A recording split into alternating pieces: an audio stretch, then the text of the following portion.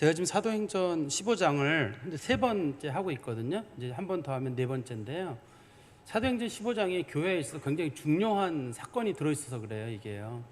이 당시에 예루살렘에서 기독교 최초의 회의가 열렸거든요. 최초의 회의가 열려가지고 결정을 하게 되는데, 기독교 회의 중에는 그러니까 그때 당시 그때만 필요한 법을 만드는 회의가 있고, 그 다음에 항구적인 계속적으로 써야 되는 거를 열기 위한 회의가 있고, 예를 들어서 항구적인 법을 만드는 경우는 어떤 경우냐면, 우리가 니케아 회의라는 회의에서는 삼위일체론이 결정이 됐어요. 당시에는 이위일체론이냐 혹은 삼위일체론이냐, 아니면 하나님 한 분만 믿고 예수님과 성령님은 믿음의 대상으로 믿지 말 것이냐. 다시 한번 말씀드리면, 우리는 지금 삼위일체 하나님을 믿잖아요. 성부, 성자, 성령이 같은 하나님이라고 믿고 있는데, 그거는 니케아 회의라는 회의에서 결정된 사항입니다. 325년인가에 결정이 된 사항인데, 그 전에만 해도 사람들 중에는 하나님과 예수님은 똑같지는 않다, 거의 비슷하기는 하지만 똑같지는 않다는 게 일반적인 사람들의 생각이었거든요.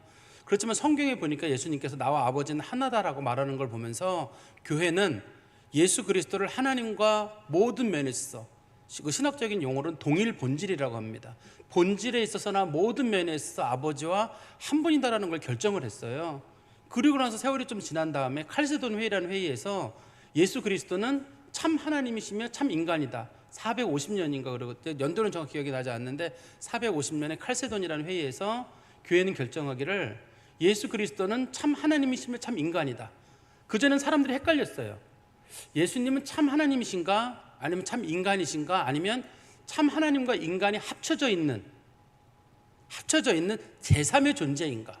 그래서 예수님을 하나님으로 볼 것이냐 인간으로 볼 것이냐, 하나님도 아니고 인간도 아닌 하나님과 인간이 섞여져 있는 존재로 볼 것인가, 이런 논의가 있었습니다. 그래서 교회는 어떻게 결정했냐면, 예수님은 참 하나님이시며 참 인간이시고, 예수님을 참 하나님과 인간의 혼합물로 보는 사람들, 그 사람들을 유티케스나 뭐 그런 아폴리나리우스 이단이라고 하거든요. 그런 사람들은 이단으로 정죄한다, 이렇게 몇 가지를 결정을 했습니다. 그리고 우리가 성령 하나님에 대해서도 마찬가지예요. 성령님은 누구냐 도대체. 성령님은 아버지와 아들로부터 나온다는 아타나시우스의 소위 교리, 필리오케 교리라고 하거든요. 성령님은 아버지에게서 오느냐, 성령님은 아버지와 아들로부터 오느냐, 즉 하나님의 영이고 동시에 예수 그리스도의 영이다, 우리가 지금 다 고백하는 거예요. 이게 다 교회 회의에서 결정이 된 겁니다. 성경에 나와 있는 내용을 가지고. 그래서 우리는 교회 회의로부터 자유롭지가 못해요. 그렇지만 교회 회의 중에 어떤 것들은 인위적으로 조작된 회의가 있습니다. 뭐 도적 회의라 그래가지고 자기들끼리 마음 맞는 사람들끼리 모여서 회의를 하는 경우도 있고, 이렇게 오늘 본문에 나와 있는 이 예루살렘 공회의 같은 경우는 그때 당시에 한시적으로 필요한 법을 만드는 거예요. 제가 좀 한시적이라는 말을 제가 강조하는 이유는 왜 그러냐면, 여기 나오는 네 가지 조항 있잖아요. 하나는 우상의 제물을 먹지 마는 것, 그 다음에 핏째 먹지 마는 것, 그 다음에 목매달아 죽인 거 먹지 마는 것, 그 다음에 음행에 관련된 것. 음행이라는 것이 우리나라 성경을 읽어보면 음행을 조심하라는 말로 되어 있지만, 이 그리스 요 단어가 그 히브리어에 나와 있는 근친상간이라는 단어에 대한 번역이기 때문에, 그리스어 단어 중에서 요거를 일반적으로 근친상간이라고 봅니다, 요 본문을. 근데 그러면 어떤 분들은 이거는 지금도 꼭 지켜야 되는 법입니까? 라고 물어볼 때, 근친상간법은 지금도 지켜야 되는 일이지만 나머지 음식에 관한 법들은 2세기경쯤 됐을 때 폐기가 됐습니다. 당시에 아프리카의 소수 교회와 아시아의 소수 교회들만 지켰었거든요, 이 법을. 이게 모든 교회가 지킨 법이 아닙니다. 몇몇 교회만 지킨 법이에요. 지키다가 폐기가 됐습니다. 그렇지만 제가 지난주 예배 끝나고도 원로 목사님하고 잠깐 얘기를 나눈 적이 있었거든요. 이것 때문에 어떤 거냐면, 저도 어린 시절에 목사님이 피를 못 먹게 했어요. 우상의 제물도 못 먹게 하고, 저희가 자르던 교회에서 못 먹게 했습니다. 그런 거를 목매달아 준 것도 물론 먹지 않았고요. 그렇지만 그게 항구적인 법이냐? 항구적인 법은 아닙니다. 그게 만약에 이게 어떤 여기 본문에 보시면 요긴하다는 표현이 있잖아요. 우리 28절에 보세요. 성령과 우리는 이 요긴하다는 말을 어떻게 번역하는 건데, 이것이 필수적인, 이렇게 번역을 할 수도 있고, 그 다음에 필요한, 이렇게 번역을 할 수도 있어요. 공동 번역은 이거를 필수적이라고 번역을 했습니다. 그렇지만 바른 성경은 이거를 필요한이라고 번역을 했고, 우리나라 성경은 요긴한이라고 번역을 했는데, 사실은 필요한이라는 말이 가장 적절한 번역이에요. 뭐냐면 당시에 그 교회에 필요했던 겁니다. 이게 그 당시에 이게 우상 당시에 초대 교회 성도들이 여기에 그 이방인 교회들이 들어왔는데 그 사람들이 너무 이렇게 좀 우왕좌왕하고 방종한 일이 많았기 때문에 그 사람들을 제재할 방법이 필요했거든요. 그래서 만들어진 법입니다. 그럼 지금도 필요하냐? 지금에서 여기서는 음행의 법은 지금도 필요한 법이지만 나머지 법들은 다 폐기된 겁니다. 그런데 어떤 분들은 생각하기를 아닙니다. 여기 분명히 요긴하다고 돼 있고 내가 어린 시절에 우리 교회에서는 피를 먹으면 안 된다고 배웠습니다. 우상의 제물을 먹으면 안 된다고 했습니다. 이거는 교회가 꼭 지켜야 될 필수적인 요소입니다. 그렇지는 않습니다. 그러면 여기에 뭐가 들어있느냐면 우상의 제물보다는 우상 숭배를 하지 말라는 말이 들어있어야 돼요. 예? 우상의 제물보다는 우상 숭배를 하지 말라는 말이 들어있어야 되고, 두 번째는 살인 같은 게 하지 말라고 들어있어야 됩니다. 부모를 공경하라라든지, 우리가 지난주에 했던 것처럼 기독교의 가장 필수적인 법은 우상 숭배 문제와 우상의 제물 문제가 아니라 그 다음에 부모를 공경하는 문제와 살인의 문제가 하나님이 주시는 가장 큰 기본적인 법들이거든요. 그 법이 여기 없잖아요. 그러니까 이거를 필수적인 법이라고 생각해가지고 어떤 분들은 이거는 절대 기독교에 꼭 필요한 법이었다. 그 시대에 몇몇 교회만 필요했고, 오늘 본문에도 나옵니다. 이게 필요했던 교회가 몇 교회였는지가 본문에 보면 나와요. 전체 교회가 아니라 어느 교회에만 이 법을 적용시킨다는 게 여기 본문에 들어있거든요. 들어있기 때문에 이 말씀을 보실 때 여러분들이 마음속에 혹이라도 이제 어떤 분들은 나는 우상의 제물을 먹는다든지 피를 먹는다든지 그런 거에 난 관심이 없었다. 그런 분들은 뭐 관심이 괜찮아요. 그렇지만 내가 어렸을 때 자라온 교회가 우상의 제물을 절대 먹으면 안 된다고 했다든지 피째 음식을 먹으면 안 된다고 했다든지 목매달아 죽인 걸 먹으면 안 된다고 했다. 이런 전통에서 자란 분들은 오늘 이 말씀을 들으시면서 그래 이게 하나님 말씀을 어떻게 볼 것인가로 여러분들이 이해를 하시고 또 좀 넓은 마음으로 하나님 말씀을 좀 보시고, 또 혹이라도 어떤 분들은 지금도 누가 만약에 나는 우상의 제물을 안 먹겠어 할 때 그때 목사님이 먹어도 된댔잖아 이런 식으로 하지는 마세요. 성경에 보면 믿음이 연약한 사람은 먹지 말라고 돼 있거든요. 우상의 제물도 피도 마찬가지입니다. 저도 마찬가지로 저는 이 피 먹는 거에 대해서 아무 양심의 가책이 없거든요. 그런데 어린 시절에 하도 안 먹어가지고 입에 안 맞아서 못 먹어요. 예? 제가 이 순대 같은 거 있잖아요. 순대나 손짓국이나 이런 거를 못 먹는 이유가 이게 입에 안 맞아서, 비위에 상해서. 그러니까 아직도 마음의 자유가 없는지도 몰라요, 제 자신도. 그러니까 여러분들이 이 말씀을 좀 잘 들으시면서 어쨌든 기독교의 중요한 최초의 결의사항 중에 하나니까 좀 마음에 두셨으면 좋겠습니다. 제가 조금 앞부분을 설명드리면, 사도 바울하고 바나바가 소아시아 지역에 가서 복음을 전하고 돌아왔습니다. 근데 소아시아 지역, 지금 터키 지역인데 그 지역, 성경에서는 그 지역을 갈라디아 지역이라고 부르거든요. 거기서 복음을 전했는데 이방인들이 많이들 예수를 믿고 돌아오게 됐어요. 그래서 사도 바울하고 바나바가 자기가 섬기던 안디옥 교회에 와가지고 우리가 이방인들에게 복음을 전했는데 이방인들이 예수를 믿고 성령을 받더라 라고 얘기했지만, 예루살렘에서 온 바리새파 사람들의 일부가 얘기하기를 그런 일은 있을 수가 없다. 이방인이 구원받는다는 게 성경 어디에 나오느냐. 두 번째는 이방인이 구원을 받으려면 최소한 그들이 할례를 받아야 되지 않느냐. 그러니까 바울과 바나바에게 대항을 한 겁니다. 당신들이 잘못했다는 거예요. 왜 이방인들에게 복음을 전했느냐. 성경 어디에 이방인에게 복음을 전하라는 말이 있더냐. 그리고 그들이 할례도 안 받고 어떻게 기독교인이 되느냐.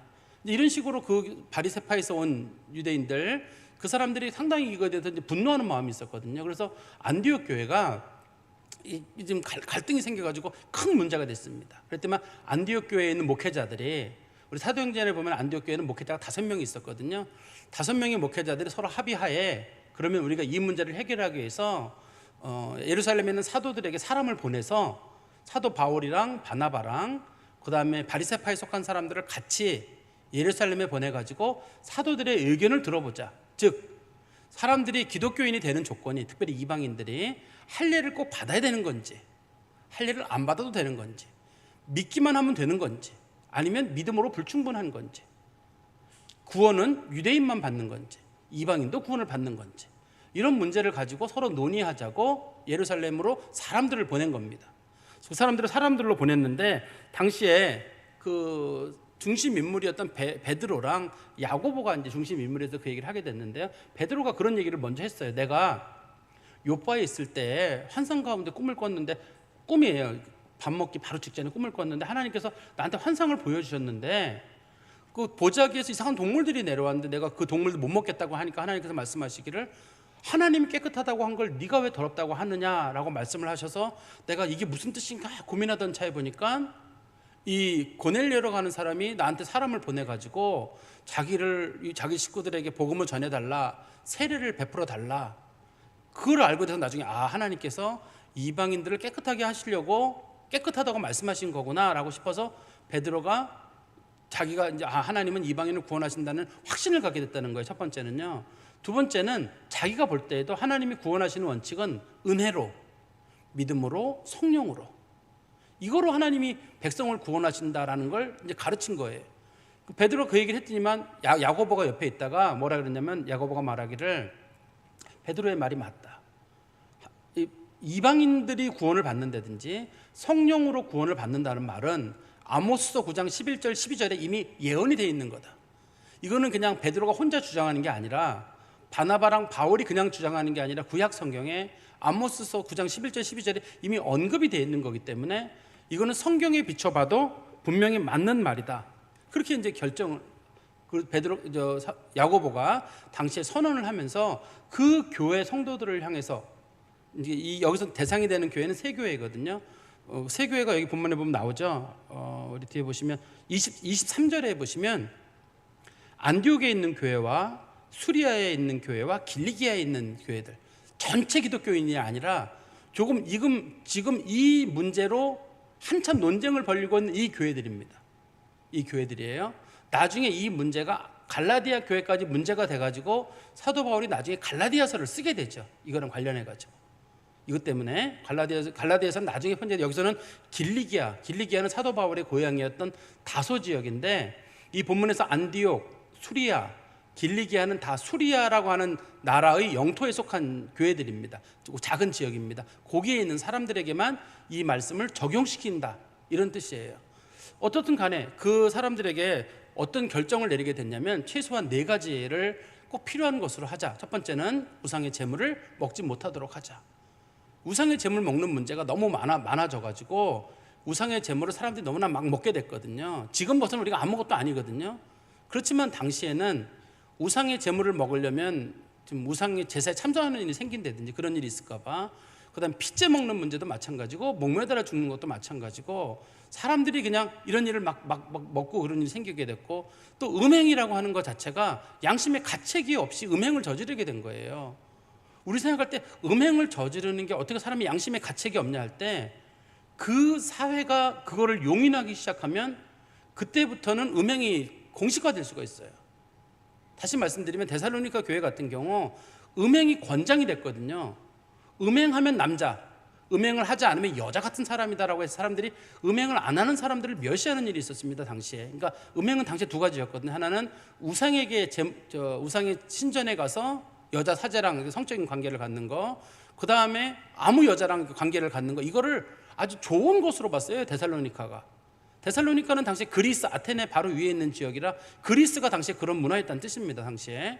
그런 일이 생기게 되니까 이런 문제를 막으려고 사도들이 봤을 때 이거는 반드시 연락을 취해가지고 이 사람들이 이걸 못하도록 해야 되겠다. 왜 이걸 못하도록 하게 됐냐면 바리새파 교인들이 제일 시험에 드는 게 뭐였냐면 이 네 가지 때문이었어요. 특히 이방인 교인들이 오니까 음식을 아무거나 먹는 거예요. 심지어 피가 들어있는 음식도 먹는 거예요. 그 다음에 음행을 하는데 근친상간 같은 죄를 저지르면서도 일절 부끄러움을 모르는 거예요. 그러니까 유대인 그리스도인 중에 바리새파 그리스도인들이 그것 때문에 시험이 들었거든요. 그래서 사도들은 어떤 결정을 하게 됐냐면 우리 위에 본문의 21절에 한번 보세요. 21절을 두 가지로 해석할 수 있는데요. 이는 예로부터 각 성에서 모세를 전하는 자가 있어 안식일마다 회당에서 그 글을 읽음이라 하더라. 우리말로 들으면 평범한 말인데 이게 두 가지 뜻이 있습니다. 하나는 당시에 바리새파 사람들이 늘 회당에서 이런 말씀을 듣고 율법을 듣다 보니까 저 사람들이 율법의 한계에서 못 벗어나니까 바리새인들이 시험에 들지 않도록 바리새인들을 배려합시다, 이런 뜻이 하나고요. 또 한 가지 뜻은 지금 이방인들이 아직까지는 율법을 모르는 사람들이지만 그들이 살고 있는 동네마다 회당이 있으니까 나중에 이 사람들이 율법을 배우게 되면 이 사람들은 상당수의 율법을 따라하게 된다는 거죠. 그러니까 율법이라는 것이 성경에서 율법이 폐했다 할 때 모든 율법이 폐했다는 뜻이 아닙니다. 음식에 관한 규정이라든지 부정에 관한 규정은 폐해지지만 윤리적인 부분 있잖아요. 살인하지 말라, 간음하지 말라, 도적질하지 말라, 부모를 공경하라, 이런 건 여전히 남아있거든요. 이게 여전히 남아있기 때문에 사람들이 나중에 우리말로 하면 이런 거예요. 지금 이방인들이 아무것도 몰라서 그러는데 나중에 유대인들을 오래 접하다 보면은 그 사람들이 철이 들어가지고 기독교인들의 최소한의 룰을 알게 되고 그 사람들이 믿음 안에서 자유는 얻게 되면서 동시에 그 율법으로서의 윤리적 기준, 윤리적 기준으로서의 율법은 그 사람들이 수용하게 될 것이니까 좀 기다립시다. 그런 뜻입니다. 이게 21절의 말이. 두 가지 뜻을 다시 한번 말씀드리면, 원래 바리새파 사람들이 자꾸 시험에 드니까 그 사람들을 배려합시다 라는 뜻이 하나가 있고, 또 한 가지의 뜻은 아직까지 이방인 성도들이 아무것도 모르니까 그 사람들이 지금 율법을 배우고 건강한 그리스도인으로 자랄 때까지 좀 기다립시다.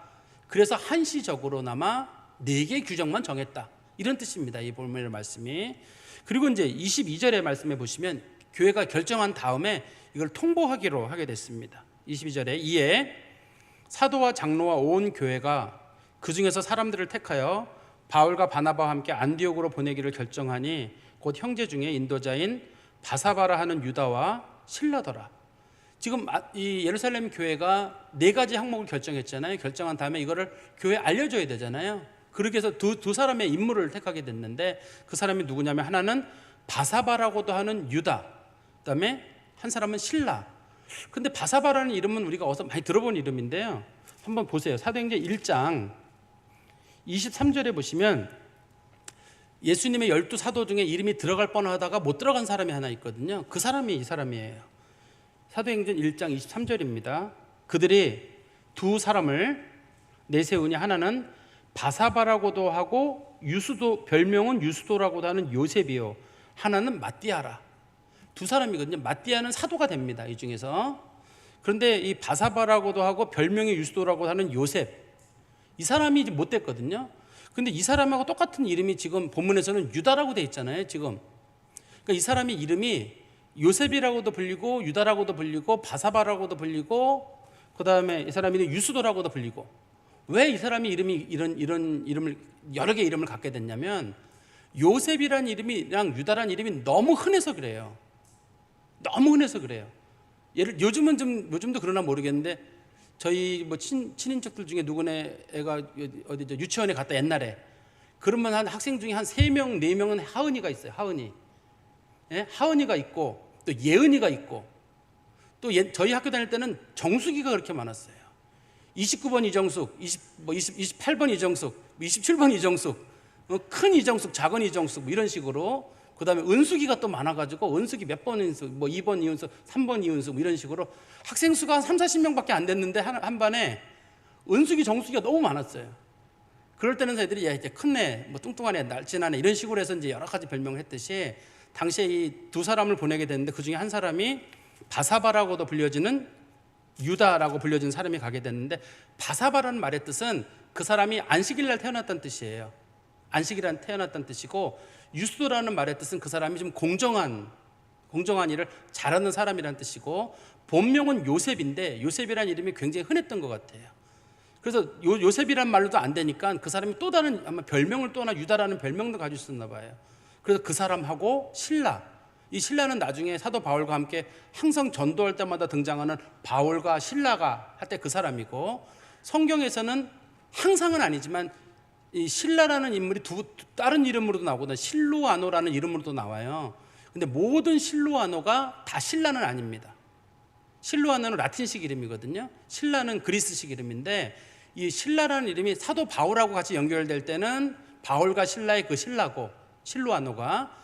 그렇지만 따로 혼자 이름이 쓰일 때는 다른 사람입니다. 성경에서 보면. 어쨌든 두 사람을 보내는데 이 사람들은 사도가 될 뻔한 사람들이기 때문에 초기에 상당한 정도의 영향력을 가진 사람들인데, 이 사람들을 안디옥 교회 쪽으로 보내게 됩니다. 23절에 그 편에 편지를 붙여, 그 사람들도 편지를 붙이는데 공식 문서예요. 이거는 공식 문서를 보내는데, 사도와 장로된 형제들은 안디옥과 수리아와 길리기아에 있는 이방인 형제들에게 문안하노라. 당시에 중심 교회는 안디옥이었고 안디옥이 속한 지역이 수리아 지역이고 그 수리아 지역 바로 옆에 길리기아가 있어요. 여러분 잘 아시겠지만 앞에 보면은 바나바가 안디옥 교회를 개척해서 사역을 하다가 중간에 자기가 힘이 딸려가지고 길리기아에 있는 다소에 자기가 직접 가가지고 사도 바울을 데려다가 나 좀 도와달라. 그래서 사도 바울하고 같이 안디옥 교회에서 사역을 하거든요. 그러니까 가깝다는 뜻이에요. 물론 몇백 킬로 떨어져 있습니다만 가까운 지역이었기 때문에 이 본문은 지금 그러니까 이 본문에서 안디옥, 수리아, 길리기아는 전부 다 수리아라고 하는 나라의 영토입니다. 옛날 로마 지역 구역상으로 나눠져 있는 그 지역에 있는 사람들에게만 얘기를 전하는 겁니다. 당시에.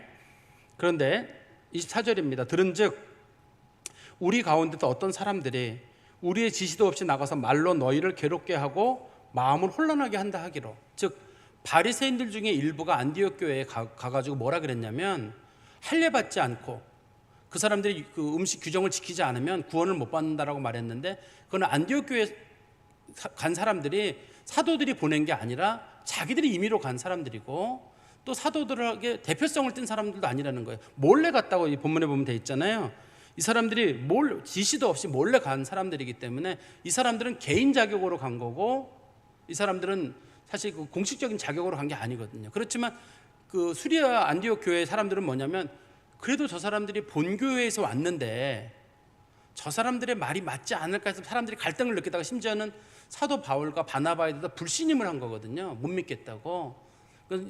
당시에 이제 베드로랑 야고보가 편지를 보내기를 너희들을 혼란하게 했던 그 사람들은 우리가 보낸 사람들은 아니다. 개인 자격으로 간 사람들이고 그 사람들의 신앙이 곧 우리의 신앙은 아니다 라고 말한 다음에 25절 26절입니다. 사람을 택하여 우리 주 예수 그리스도의 이름을 위하여 생명을 아끼지 아니하는 자인 우리가 사랑하는 바나바와 바울을 함께 너희에게 보내기로 만장일치로 결정하였다. 이 두 사람을 택한 다음에 이 사도 바울하고 바나바를 뭐라고 부르냐면 우리 주 예수 그리스도의 이름을 위해 생명을 아끼지 아니하는 자들, 그리고 두 번째는 우리가 사랑하는 사람들을 바울과 바나바예요. 당시에 바울과 바나바를 사람들이 굉장히 내려봤거든요. 그런데 이 야고보와 베드로가 말하기를 바울과 바나바는 하나님의 복음을 위해서 생명을 아끼지 않는 사람들이고 우리가 사랑하는 사람들이다. 즉 이 사람들은 공식적으로 우리가 파송한 사람들이기 때문에 당신들은 바리새파 유대인들의 말이 바리새파 그리스도인들이 아니라 당신들은 바울과 바나바의 얘기를 들어야 됩니다 라고 말한 겁니다. 그리고 27절에 그리하여 유다와 실라를 보내니 그들도 이 일을 말로 전하니라. 편지로 한번 전하고 말로 전하고. 무슨 말이냐면 편지로 전한 다음에 이 편지에 대한 해석 여부가 있을 거 아니에요. 도대체 이게 무슨 뜻입니까? 음행하지 말라는 말은 무슨 뜻이고 우상 숭배하지 말라는 말은 무슨 뜻이고 자세히 알려주십시오 하려면 이 교회 대표가 가서 설명을 붙여야 되잖아요. 설명을 붙이기 위해서 이 본문에서는 바울 유다와 실라를 보내게 됐습니다. 그리고 28절입니다. 성령과 우리는, 지금 사도들은 자신들과 성령이 결정 사항이 같다고 얘기를 하고 있어요. 자신들이 지금 결정한 내용이 그냥 개인적으로 우리끼리 회의를 한 것이 아니라 하나님의 성령께서 지금 우리에게 지혜를 주신 것이라고 말하기 때문에 표현하기를 성령과 우리는 이렇게 표현하는 거예요. 그러니까 교회가 어떤 얘기를 할 때 공식적인 좋은 결정이 될 때 저거를 개인의 의견으로 받지 말고 기도하고 결정한 일들은 성령의 의견으로 받는 것도 좋아요. 아주 잘못된 것이 아닌 이상은 어떤 분들은 교회가 이거 합시다 그러면 난 반대입니다. 그게 때로는 성령을 거스르는 일이 될 수도 있어요. 그렇다고 무조건 다 찬성합니다 이런 게 아니라 하나님의 뜻에 크게 거스르지 않는 일들은 하나님이 우리 교회에 주신 감동으로 알고 순종을 해야지, 어떤 분들은 자기 의견에 안 맞으면 무조건 반대를 하는 경우가 있거든요. 그렇게 하는 건 옳지 않아요. 지금 사도들이 이 네 가지 조항을 보내면서 이거는 우리가 결정한 거기도 하지만 동시에 성령께서 우리에게 주신 것이다 라고 말하면서 28절입니다. 이 요긴한 것 외에는 아무 짐도 너에게 지우지 아니하는 것을 옳은 줄 알았다. 요거 외에는 나머지 것들은 더 이상 사람들에게 요구해서 사람들이 짐을 지지 않도록. 갈라디아서도 나오지만 이 성도들이 이제 막 교회에 나와서 교회 나오는 게 좀 즐거워야 되거든요. 근데 사람들이 요즘 그 청문회 하듯이 송곳 같은 거를 막 들이대면서 너 이거 잘못했잖아 저거 잘못했다 그러면 누가 기독교인으로 남을 수 있겠어요? 교회에 나오는 성도들은 예수 믿는 믿음 보고 나머지는 세월이 지나면 그 사람들이 다듬어질 거거든요. 세월이 지나면 좀 다듬어질 거거든요. 좀 기다려줘야 되거든요. 그런데 만약에 만약 어떤 교회 집 성도님이 교회를 다녀요. 목사님, 아무개 집사님이 저 뒤에서 담배를 펴요. 좀 기다려 봅시다. 그 사람이 말이에요. 술 먹고 말이에요. 집사님이 말이 됩니까? 좀 기다려 봅시다. 기다려 봐야죠. 술 먹고 담배 피는 것들이 교회 중직자로서 옳은 일은 아닙니다만 기다려주고 기다려줘야 될 일이거든요. 근데 우리는 그런 것들을 가지고 막 하다 보니까 그거를 못 끊는 사람들이 교회를 못 오는 거예요. 이게 교회를. 어떤 분들은 쉽게 끊었던 분들은 그걸 왜 못 끊느냐, 난 한 번에 끊었다, 그런 분도 계시지만 이게 안 끊어지는 분도 계시거든요. 또 술, 담배는 주로 음식과 기호식품에 관한 거기 때문에 그거는 사실 지나고 나보면 아무것도 아니에요. 어떤 사람은 자기 성품 하나도 안 고치고 자신이 가지고 있던 옛날의 태도를 그대로 가지고 교회 왔는데 남들이 모르거든요. 남들이 모르는 걸 가져온 거 가지고는 전혀 문제 삼지 않고 드러나는 술이나 담배같이 이렇게 냄새 나거나 그런 것들에 대해서만 사람들이 문제를 삼는 경우가 있는데 교회는 그러면 안 된다는 얘기입니다. 무거운 짐을 지우지 말라는 말은 요 4가지 사항, 이것도 꼭 한시적으로 필요한 건데 요거 외에는 나머지는 좀 기다려달라는 뜻이에요. 율법을 지키지 말라, 그런 뜻이 아닙니다. 율법을 지킨다는 제가 아까 말씀드렸잖아요. 다시 21절에 보시면 위에 21절에 이는 예로부터 각 성에서 모세를 전하는 자가 있어 안식일마다 회당에서 그 글을 읽음이라 하더라. 즉 이방인들이 살던 동네에도 유대인 회당이 많으니까 나중에 이 사람네들이 그 유대인들을 통해서 율법이 뭔지 이런 걸 배우게 되면은 자신들이 그동안 잘못했던 것들을 고치게 되니까 좀 기다려달라는 뜻이거든요. 사실 이 말의 뜻도. 그러니까 교회는 어떤 문제에 부딪혔든 간에 사람들을 기다려봐야지 저 사람 말이야 아직도 저걸 못 고치고, 어떤 사람은 어떤 건 고치지만 어떤 건 못 고치거든요. 잘. 예? 조금 어떤 잘못된 어떤 윤리적인 문제는 고칠지 모르지만 더 큰 걸 못 고치는 사람이 있을 수가 있거든요. 그러니까 사도들은 어떤 결정을 했냐면 이 욕있는 거 외에는 성도들에게 무거운 짐을 지우지 마라. 그리고 29절입니다. 4가지 항목이 나오죠. 우상의 제물, 그다음에 피, 목매어 죽인 것, 음행을 멀리할지니라. 이 4가지에 대해서 교회는 조심하도록 얘기를 했습니다. 이 4가지 꼭 조심해라. 그런데 이 관련된 법은 언제 폐기됐냐면 2세기 경쯤에 교회가 공식적으로 이 법을 폐기를 했습니다. 왜 폐기를 했냐면 시험을 들었던 유대인들이 다 죽었거든요. 바리새파 유대인 중에 교회에 왔던 사람들이 2세기가 지나는 사이에 다 죽었기 때문에 교회에는 더 이상 바리새파 유대인이 없어요. 시험에 들었던 사람들이 바리새파 유대인들이었거든요.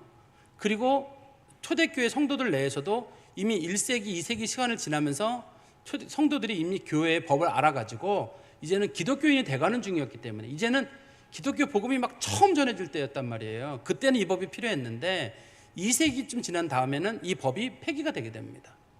그러니까 제가 이 법이 공식적으로 폐기된 건 기독교 문서에 남아있는 일이기 때문에 이 법을 지금도 어떤 분들은 지키려고 하시는 분들이 계시는데 뭐 그분들이 믿음이 연약하거나 혹 마음이 여린 분들이 이 법을 그대로 지키는 건 이해는 합니다만 정죄하지는 않아요.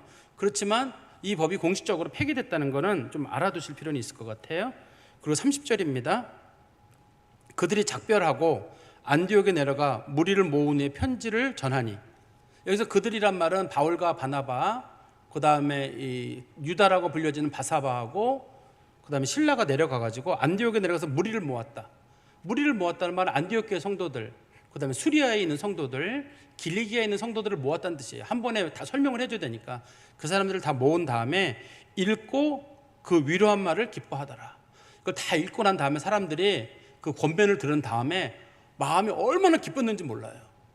왜냐하면 자신들이 교회를 못 다닐 지경이었거든요. 왜냐하면 바리새파 유대인들이 너 같은 게 왜 교회를 다니냐고 막 욕을 하니까 이 사람들이 우리는 이제 교회 못 다니나 보다 싶었는데 사도들이 얘기하기를 예수 믿기만 하면 괜찮습니다. 누구나 교회 나오셔도 됩니다. 하나님께서 기회 주시고 기다리면 됩니다. 이렇게 법을 이런 편지가 갔거든요. 그렇지만 사람들이 그 얘기를 듣고 나서 큰 한숨을 내쉬면서 우리도 교회 다녀도 되는구나, 우리도 구원 받는구나 하고 기뻐했다는 말입니다. 이 말이 31절이요. 그리고 32절입니다. 유다와 신라도 선지자라. 이 선지자라는 말도 성경에 자주 등장하는 표현이거든요. 선지자라는 표현은 어디에 등장하냐면 고린도전서 12장 28절에 보면 사도 바울이 교회의 직분을 얘기할 때 어떤 사람들은 사도요, 어떤 사람들은 선지자요, 어떤 사람들은 교사요, 어떤 사람들은 능력 행하는 자들이라고 교회 직분을 나눠놨거든요. 초대교회 선지자는 어떤 사람들, 지금은 없는 직분이에요. 하나님 앞에 기도해서 직접적으로 계시를 받아서 그 말씀을 풀어주던 사람들입니다. 그래서 그 사람들이 자신들의 의견을 낼 때 뭐라 그랬냐면 우리와 성령은 이렇게 자신들의 의견과 성령의 의견이 같다고 했거든요. 그래서 이 본문에서는 유다와 실라가 하나님의 성령을 직접 받아서 그들이 성령의 감동을 받고 계시를 받아서 성도들에게 여러 말로 권한 거예요. 하나님께서 당신들을 사랑하십니다. 당신들이 좀 잘못했더라도 예수 믿기만 하면 됩니다라고 자꾸 권면해서 성도들이 이제 믿음을 굳게 했다. 써 있죠 여기. 권면하여 굳게 했다는 말은 교회를 떠나려고 했던 사람들이 믿기만 하면 되는구나. 그거 한 가지에 대한 큰 희망을 갖게 됐어요. 이 얘기 성도들 잘 들어주세요. 이건 제가 정말 목숨을 걸고 드리는 말씀인데 정말 예수 믿는 사람들은 믿기만 하면 된다는 요거 한 가지만 좀 알려주세요. 어떤 분들은 행함도 있어야 된다.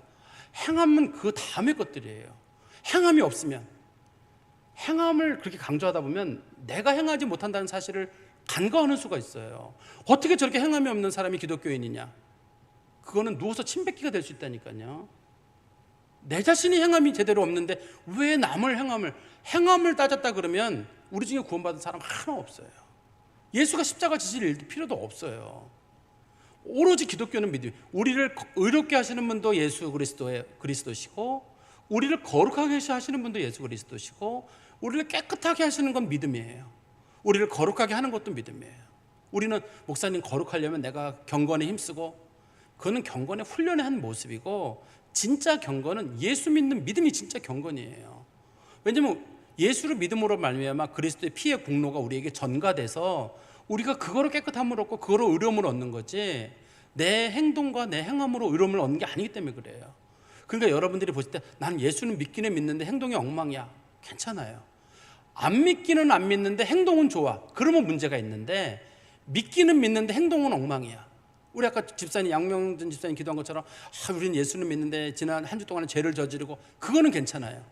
하나님 저는 안 믿기는 하는데 행동은 깨끗했습니다. 이거는 문제예요. 교인들은 부족해도 그 믿음 하나면 돼요. 기독교는 처음도 믿음이고 끝도 믿음이에요. 근데 이제 뭔가 그게 부족하다고 생각하는 사람들은 행함 얘기도 듣고 싶고 경건도 듣고 싶고, 듣는 건 좋은데 그게 누군가에게 큰 짐이 되는 수가 있어요. 하나씩 넣다 보면은 나중에 그게 큰 짐이 돼요. 예수 그리스도께서 우리를 수고하고 무거운 짐을 가볍게 하시려고 오셨는데 우리가 수고하고 무거운 짐보다 더 무거운 짐을 사람들에게 지워가지고 너 이거 안 하면 가짜고 이거 안 하면 가짜고 이거 하면 가짜다 보니까 성도들이 영적인 자유감이 없고 늘 죄책감에 시달리고 그리스도 앞에 감사도 없고, 예수님이 도대체 나를 뭘 해줬다는 거야. 구원해줬다는 거 빼놓고 나머지는 나를 엄청 어렵게 만들어가지고 성도들이 그리스도는 자유가 없고 천국 갈 때도 자신감이 없어요. 왜냐하면 내가 진 죄들이 너무 많기 때문에. 우리가 지은 죄가 많죠. 그렇지만 우리가 뻔뻔하게 자꾸 예수만 의지하는 거거든요. 성도들은 우리는 뻔뻔해요. 처음부터 우리는 뻔뻔해가지고 계속 예수만 의지하는데 그게 하나님이 주시는 구원의 진짜 원리예요. 그러니까 이 믿음이라고 하는 원리를 절대 가볍게 보지 마시고 머릿속에 꼭 새길 때 처음도 믿음, 마지막도 믿음, 성도들을 죄를 깨끗하게 하시는 것도 믿음, 성도들을 거룩하게 하는 것도 믿음, 의롭다고 하는 것도 믿음, 나를 구원하는 것도 믿음, 나를 변화시키는 것도 믿음. 이 믿음을 주시는 분은 성령님이시고 예수 그리스도께서 주시는 능력이거든요. 그러니까 그것이 사람을 바꾼다는 걸 여러분 절대 잊지 마시기를 바랍니다. 그리고 33절입니다. 얼마 있다가 평안히 가라는 전송을 성도들에게 받고 자기를 보내던 사람들에게 돌아가되, 이제 바울과 바나바는 동네에 남게 되고 이 유다라고 불려지는 바사바하고 신라는 돌아갔다는 얘기거든요. 다시 원래 땅으로 돌아갔다고 되어 있는데 34절에 보세요. 34절에 없음이라고 되어 있잖아요. 근데 여러분 성경책에 보시면 조그만 글씨로 어떤 사본에 34절에 신라는 그들과 함께 유하기로 작정하였다라는 내용이 들어있다 이렇게 되어 있거든요. 사실은 이제 대부분의 사본에는 없다는 뜻인데 어떤 사본에 그게 있다는 얘기는 뭐냐면 신라가 나중에 사도 바울과 함께 2차 전도 여행을 떠날 때, 바울과 바나바가 1차 전도 여행 때 마가 사건 때문에 싸웠거든요.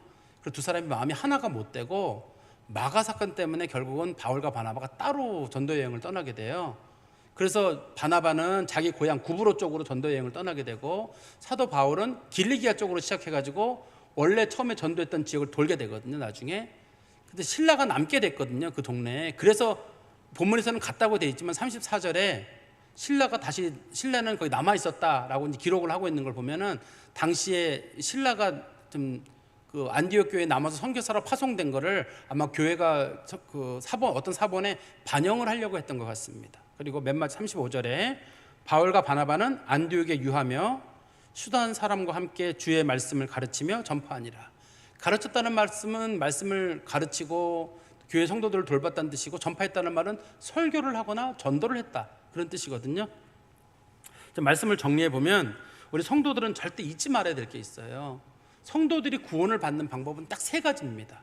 오직 믿음으로, 오직 은혜로, 오직 성령으로예요. 그리스도인이 되는 조건도 이 세 가지예요. 오직 예수 그리스도를 믿음으로, 그 다음에 하나님의 은혜로, 그 다음에 성령께서 주신 능력으로. 내가 어떤 판단을 가진 게 아니라 성령께서 어떻게 움직여 가느냐. 그래도 우리 자주 말씀드립니다만 상당수 분들은 그래도 어떤 신앙의 가이드라인이 있어야 되지 않냐 그러는데, 그거는 벌써 인위적이에요. 살아있는 기독교는 성령께서 계속 우리들에게 감동을 주시고 성령께서 기록하신 말씀이 자꾸 우리를 움직이게 만들어야 그게 정상인 거지, 인간이 만든 규정들, 이거 먹으면 안 된다, 저거 먹으면 안 된다, 이거 하면 안 된다, 저거 하면 안 된다, 이건 해라, 저건 하지 말아라, 그런 법이 정해지면 기독교인들이 성령에 순종하고 좀 활발하고 능동적이고 즐겁게 신앙하는 그런 생활이 없어지게 됩니다. 일단 두 번째는 이 네 가지 사항들, 우상의 제물 문제라든지 피를 먹는 문제라든지 목매달아 죽인 걸 먹는 문제라든지, 주로 이제 피랑 관련된 것들이거든요. 그다음에 음행의 문제, 음행의 문제는 지금도 여전히 유효합니다만 이 세 가지 법들에 대해서 혹이라도 어떤 분들이 나는 아직까지도 우상의 제물은 못 먹겠어, 나는 아직도 피든 음식은 못 먹겠어, 나는 그렇게 배워와서, 그런 분들은 안 드셔도 됩니다. 그렇다고 그런 분들에 대해서 신앙을 나쁘다고 아직까지도 그런 거 옛날 신앙 때문에 얽매여서 그러냐 하고 그 사람을 비난하지는 마세요. 또 거꾸로 나는 그런 거 안 먹는다고, 나는 그런 거 먹어라고 자랑하지도 마시고. 이게 자랑거리가 성도들에게 안 돼요. 그거 먹는 거 안 먹는 거 가지고 정죄할 수도 없고 자랑거리가 안 되는 거거든요. 믿음이 연약하거나 아니면 그런 전통에서 배워온 사람들은 아직까지 거기서 벗어날 자유가 없는 것뿐인 거고, 그거 먹는다고 해서 그게 무슨 큰 죄가 되거나 안 먹는다고 해가지고 무슨 큰 잘하는 것이 되거나 그런 건 아니거든요. 주로 이제 이게 우상의 제물, 내가 제사상의 음식을 안 먹는다, 어떤 사람이 제사상 음식 때문에 막 벌벌 떨으면 아이 그거 뭐 먹으면 어때? 예? 제가 구체적인 예를 한번 드릴까요? 저 어린 시절인데 친구들하고 같이 산에 가끔 놀러 가면 산에 절이 있어요. 근데 동네 사람들이 거기다 약과랑 이렇게 그 설탕으로 만든 빨간 사탕 아세요? 먹으면 이가 빨갛게 되는 거. 그거를 이렇게 그 절에다가 불공 들이는 사람들이 싸놓는 게 있어요. 이렇게. 저는 잘 먹었어요. 그거를 몰래긴 하지만 먹었는데 친구들은 못 먹더라고요. 부정 탄다고. 교회 다니는 친구도 있었고 아닌 친구들도 있었는데, 아닌 친구들은 그 부처님한테 드린 거 먹으면 큰일 난다는 친구도 있고, 어떤 친구들은 저거는 우상에게 드린 거기 때문에 안 된다는 생각이 있고, 저는 그냥 맛있으면 먹어도 된다 하는 생각이 있어가지고 잘 먹었어요. 이게 그런 거라고 보시면 돼요. 그런 걸 뭐 어떤 음식 규정을 가지고 어떤 음식은 먹어도 되고 안 먹어도 되고 그런 건 아무것도 아니에요. 왜냐하면 우리를 깨끗하게 하시는 건 예수 그리스도의 보혈의 공로지 음식이 아니기 때문에 그래요. 그렇지만 먹는 사람을 정죄하지도 말고 먹지 않는 사람도 비하하지도 말고, 그 사람들의 믿음 약한 거나 혹은 그 사람들의 양심이 아직까지 깨끗한 분들일 수도 있거든요. 그걸 존중해 줄 수도 있고, 그래야 그게 교회에서 좋은 교회입니다. 성경에 보면 이런 말씀이 있잖아요. 마가복음 7장 15절 16절에 보면, 마가복음 7장 15절 16절에 사람을 더럽히는 것은 사람에게 들어가는 게 아니라 사람에게서 나오는 게 더럽다고 했어요. 뭐가 들어가는 게 우리를 더럽게 하지 않고 우리 입에서 나오는 것, 사람들 비난하는 거, 비방하는 거, 뒷담화하는 거, 이게 사람을 더럽히는 거지, 뭘 먹는 게 그게 뭘 더럽혀져요. 혹시라도 우리가 누가 뭐 술 먹는 거 봤다, 담배 피는 거 봤다 할 때 정죄하지 마세요. 왜냐하면 그거보다 더 나쁜 건 내 입에서 남을 비난하는 말이 나오는 거예요.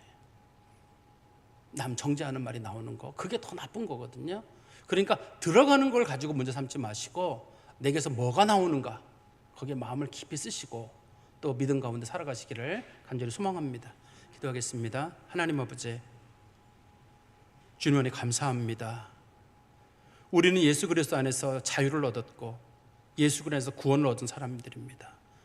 우리가 아무것도 한 것도 없사오니 예수께서 다 하셨고 그저 믿기만 하라고 하셨기에 저희들은 믿으며 그 예수를 믿기만 하면 우리는 의롭게 되고 우리는 거룩하게 되고 죄 없다함을 얻는 줄 저희가 분명히 믿습니다.